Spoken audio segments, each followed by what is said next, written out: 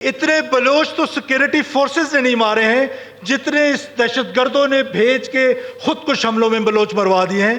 میں تو رحمان گل سے نہیں ڈرتا ہوں، میں تو بشیر زیب سے نہیں ڈرتا ہوں، میں تو کسی اور سے نہیں ڈرتا ہوں۔ مجھے موت کے ساتھ کھیلنے کی عادت سی ہو چکی ہے، اور یہ عادت مجھے نہیں روک رہی کہ میں حق بولنے سے رک جاؤں۔ اڑا دو گردنیں سب کی، جلا دو ان کی لاشیں بھی، ذرا دیکھوں تو دوبارہ بغاوت کون کرتا ہے۔ لیکن بدقسمتی یہ ہے کہ کوئی گردنیں اڑانے والا نہیں رہا۔ جس نے موسیٰ خیل میں اس عورت کو اتارا، اس کے سامنے اس کے جوان بیٹے اور اس کے شوہر کو گولیوں سے چھلنی کر دیا۔ اس کے سر پہ ایک چادر تھی، وہ پریشان تھی کہ شوہر کو ڈھانپے یا اپنے بیٹے کو ڈھانپے۔ کم سے کم میں تو اور میری حکومت تو اس مظلوم عورت کے ساتھ کھڑی ہوگی، اس بیوہ عورت کے ساتھ کھڑی ہوگی۔ ویپن نہ ہو، وہ چھٹی جا رہا ہو یا وہ گھر میں جا رہا ہو، وہ کامبیٹ سولجر ڈکلیئرڈ نہیں ہے دنیا کے اصولوں میں۔ وہ انوسنٹ سویلین ہے، وہ انوسنٹ ٹریولر ہے، اور آپ اس کو دہشت گردی کے ذریعے قتل کرتے ہیں۔ اور پھر پنجابی بھائیوں کو جس طریقے سے قتل کیا جاتا ہے، میں پہلے دن سے کہہ رہا ہوں، یہ ایوان پہلے دن سے کہہ رہا ہے جناب اسپیکر، کہ یہ کسی بلوچ نے کسی پنجابی کا قتل نہیں کیا۔ کوئی اس پورا پنجاب سن لے، پورا پاکستان سن لے، کسی بلوچ نے کسی پنجابی کو قتل نہیں کیا۔ دہشت گردوں نے پاکستانی شہید کیے ہیں۔ دہشت گرد کی نہ کوئی قوم ہے، دہشت گردی کی نہ کوئی ذات ہے، نہ یہ جو دہشت گردی جو یہاں آج ہو رہی ہے، اس کو تو میں اکثر یہ کہتا ہوں جناب اسپیکر، میں آج اپنی بلوچ پارلیمنٹیرینز کے ساتھ مخاطب ہوں، بلوچ پارلیمنٹیرینز کے ساتھ، میں بلوچ انٹیلیجنشیا سے مخاطب ہوں، میں بلوچ یوتھ سے مخاطب ہوں، میں بلوچ لائر سے بات کرنا چاہتا ہوں، میں بلوچ ججز سے بات کر رہا ہوں، میں بلوچ سول سوسائٹی کو یہ دعوت دے رہا ہوں کہ میری بات ذرا غور سے سن لیں کہ جناب اسپیکر، بلوچ کو ایک لاحاصل جنگ میں ڈال دیا گیا ہے۔ بلوچ نوجوان کو پروپیگنڈا ٹولز کے ذریعے اس راستے پہ ڈال دیا گیا ہے جو لاحاصل جنگ ہے۔ کیا بلوچستان کو وائلنس کے ذریعے آزاد کیا جا سکتا ہے؟ Answer is no, answer is no, answer is no. تو جناب اسپیکر، تو یہ جو دہشت گرد ٹولہ ہے، اتنے بلوچ تو سیکیورٹی فورسز نے نہیں مارے ہیں جتنے اس دہشت گردوں نے بھیج کے خود کش حملوں میں بلوچ مروا دیے ہیں، اور بلوچ یوتھ کا برین ڈرین کر رہے ہیں، بلوچ کی ترقی کو روک رہے ہیں۔ بلوچ انٹیلیجنشیا کبھی تو ڈبیٹ کر لے، اگر آج کرنی ہے تو آج کر لے، آج نہیں کرنی ہے تو جناب اسپیکر 30 سال بعد کریں گے، 40 سال بعد کریں گے، 50 سال بعد کریں گے، کرنا پڑے گا۔ اور جو کردوں نے کیا، آخر بلوچوں نے یہی کرنا ہے۔ بلوچ نے کرد آئیڈیا سے یہ آئیڈیا جنریٹ کیا تھا اپنی آزادی کا۔ تو آج آپ دیکھ لیں کہ کردوں نے ترکوں کے سامنے ہتھیار ڈال دیے ہیں۔ تو وہ دن آئے گا کہ پاکستان کی جیت ہوگی، لیکن اس بیچ میں جو وائلنس ہے، وہ معصوم جانوں کا ضیاع ہو رہا ہے اور ترقی کے سفر میں رکاوٹ ہے۔ بلوچ انٹیلیجنشیا سے میری درخواست ہے کہ وہ آج غور کر لیں، آج بھی وقت ہے کہ غور کر لیں، اور اس دہشت گرد ٹولے کو اور جو وائلنس کو، جناب اسپیکر، پرابلم کہاں ہے؟ پرابلم جو وائلنس کو ریشنلائز کرتے ہیں، وہ ایک بہت بڑا چیلنج ہے۔ کیا آپ وائلنس کو کبھی انڈر ڈیولپمنٹ کے ساتھ جوڑ لیتے ہیں، کبھی اس کو محرومی کے ساتھ جوڑ لیتے ہیں، کبھی اس کو بے روزگاری کے ساتھ جوڑ لیتے ہیں؟ وائلنس کا کیا کردار ہے جناب اسپیکر ان ساری چیزوں سے؟ یہ انڈر ڈیولپمنٹ جو ہے، یہ انپیرلل ڈیولپمنٹ ہے جناب اسپیکر۔ جو ڈیولپمنٹ کراچی میں ہے، کیا وہ کشمور میں ہے؟ جناب اسپیکر، وہ لاہور میں ہے، وہ راجن پور میں ہے؟ جناب اسپیکر، جو پشاور میں ہے، کیا وہ کوہاٹ ویلی سے نیچے جنوبی پختونخوا میں ہے؟ نہیں ہے۔ دس از انپیرلل ڈیولپمنٹ۔ دور کرنی چاہیے، ریاست کو زیادہ ریسورسز لگانے چاہیے۔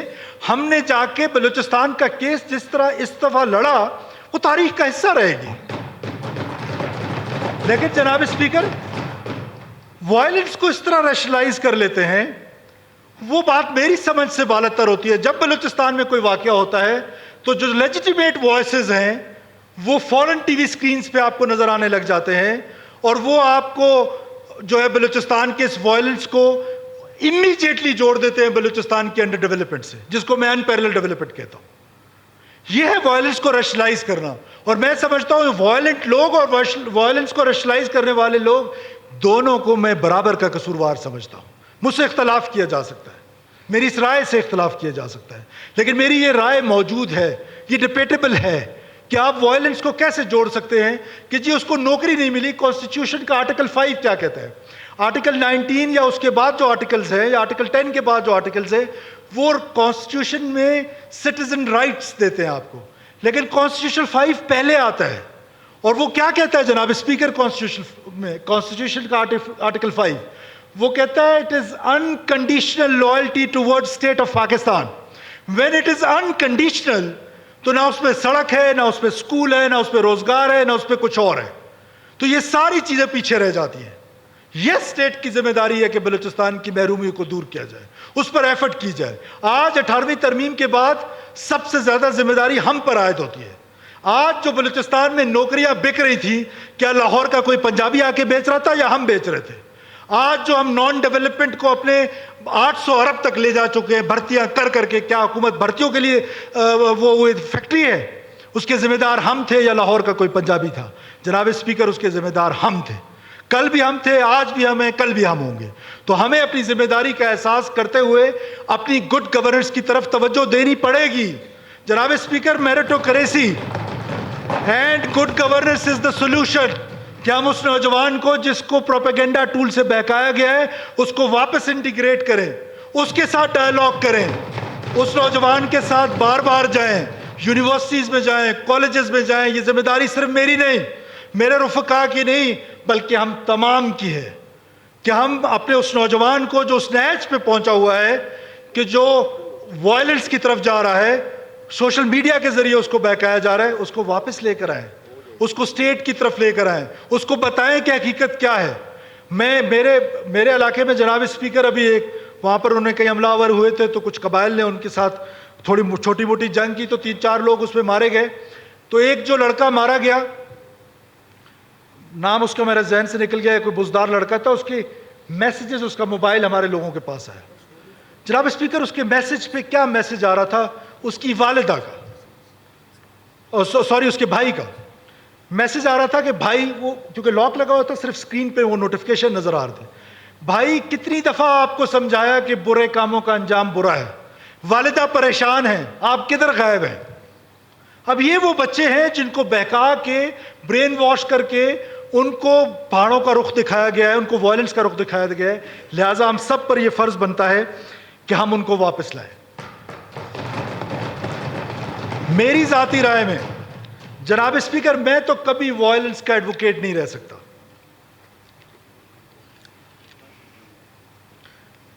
اور نہ مجھے موت کا خوف روک سکتی ہے. مجھے موت کے ساتھ کھیلنے کی عادت سی ہو چکی ہے، اور یہ عادت مجھے نہیں روک رہی کہ میں حق بولنے سے رک جاؤں، میں خوفزدہ ہو جاؤں، میں ڈر جاؤں، اور میں بلوچستان کے لوگوں کو حقائق نہ بتاؤں. کیا بلوچستان کے لوگوں کو یہ باتیں سننی ہے؟ اس کے بعد وہ ریسرچ کریں، تھنک کریں، ایٹ لیسٹ ان کو کوئی بتانے والا تو ہو. کیا میں موت کے خوف سے ڈر جاؤں اور ان کو نہ بتاؤں؟ میں تو رحمان گل سے نہیں ڈرتا ہوں، میں تو بشیر زیب سے نہیں ڈرتا ہوں، میں تو کسی اور سے نہیں ڈرتا ہوں. تو لہٰذا میں تو بولتا رہوں گا، میں بلوچستان کے لوگوں کو حقائق بتاتا رہوں گا، بلوچستان کے بچوں کو، بچیوں کو حقائق بتاتا رہوں گا کہ آپ کو وائلنس کی طرف بہکایا جا رہا ہے. لیکن میں ذاتی طور پہ جناب اسپیکر، جو لوگ وائلنس نہیں کر رہے ان کے ساتھ تو 100 بسم اللہ سر آنکھوں پر. جس نے بندوق اٹھا لی، جس نے بغاوت کر دی، جس نے معصوم لوگوں کو قتل کر دیا، جس نے موسیٰ خیل میں اس عورت کو اتارا، اس کے سامنے اس کے جوان بیٹے اور اس کے شوہر کو گولیوں سے چھلنی کر دیا. اس کے سر پہ ایک چادر تھی، وہ پریشان تھی کہ شوہر کو ڈھانپے یا اپنے بیٹے کو ڈھانپے. کم سے کم میں تو اور میری حکومت تو اس مظلوم عورت کے ساتھ کھڑی ہوگی، اس بیوہ عورت کے ساتھ کھڑی ہوگی، اور میں تو اس کا قائل ہوں جناب اسپیکر، میں اس کا قائل ہوں جس نے بندوق اٹھا لی. ہم اصل میں بار بار اپیزمنٹ کرتے ہیں. یہ جو آپ نے رائز دیکھا ہے نا، کہ یہ جو وائلنس میں ایک رائز آپ دیکھ رہے ہیں، اس کی 2 ریزنز ہیں جناب اسپیکر. 1 کہ ہم نے اپیزمنٹ کی. ہم نے اپیزمنٹ کے تحت جہاں ٹی ٹی پی کے لیے لوگوں کو چھوڑا گیا جس کا پورے پاکستان میں تذکرہ ہوتا ہے, یہاں پر بلوچی دہشت گرد, جو بلوچ دہشت گرد یا بلوچ تنظیمیں جن کا بلوچ سے کوئی تعلق نہیں ہے, کیونکہ یہ جو دہشت گرد تنظیمیں تھیں ان کے لوگوں کو بھی چھوڑا گیا, جنہوں نے واپس جا کے کیمپس جوائن کیے, اپیزمنٹ کی گئی, فرنٹیئر کور کی چیک پوسٹوں کو ختم کیا گیا, وہاں پر آپریشنز روکے گئے, جو کچھ ہوا اپیزمنٹ ہوئی. اس اپیزمنٹ کا نتیجہ دوسرا, جب نیٹو فورسز کا وڈرال ہوا تو نیٹو فورسز نے افغان نیشنل آرمی کو 30 سال لڑنے کے لیے ٹرین کیا تھا کہ 30 years they can protect the Kabul. وہ تو 60-70 گھنٹوں میں لیٹ گئے, اور وہ جتنا ویپنری تھا, جتنا گیجٹری تھا, وہ سارا ان دہشت گردوں کے ہاتھ لگ گیا. 5 کلومیٹر سے نائٹ ویژن, نائٹ تھرمل سے وہ ہمارے سیکورٹی فورسز کو, پولیس کے جوانوں کو شوٹ کرتے ہیں. تو اب ہم اپنی کیپیسٹی بڑھانے کے لیے ہم نے بھی وہ کیپیسٹی بڑھانا شروع کر دی, اور انشاءاللہ تعالیٰ یہ کیپیسٹی, یہ کیپیبلٹی, یہ ول سیکورٹی فورسز کے اندر موجود ہے. انشاءاللہ ان دہشت گردوں کو ضرور شکست ہوگی. اور میں تو یہ کہتا رہوں گا جناب اسپیکر, اڑا دو گردنیں سب کی, جلا دو ان کی لاشیں بھی, ذرا دیکھوں تو دوبارہ بغاوت کون کرتا ہے. لیکن بدقسمتی یہ ہے کہ کوئی گردنیں اڑانے والا نہیں رہا.